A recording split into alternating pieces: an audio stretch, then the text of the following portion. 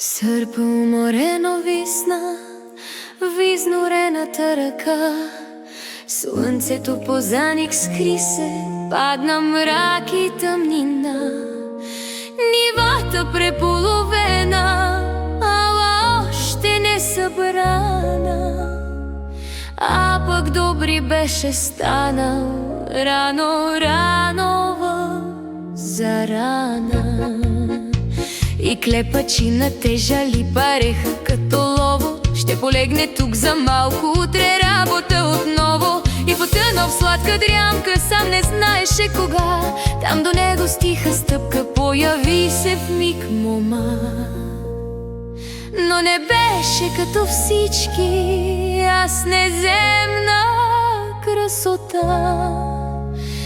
Тялото й свети сякаш свеж изящна в нощта.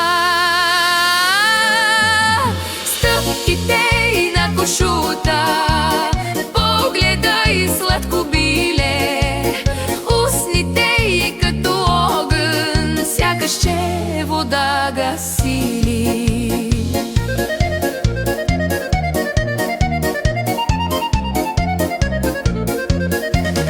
Добри гледа, ама кьосан и не диша и се моли, а душата му на косъм сякаш Господа говори. Не мома, само дива там в нивата вилня, сплете житото на плитки, всички снопи разпиля.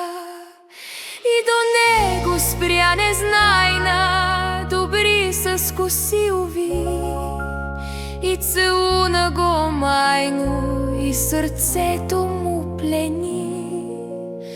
А ръката му трепери, бавно сърпа развъртя, и косата й разкошна на земята разпиля. Писък в мрака се понесе, само дивата незнайна в гората се изгуби, скрила само дивска тайна. На му мъка очите и сърцето и ума. Тя със себе си отнесе, в дън земя ги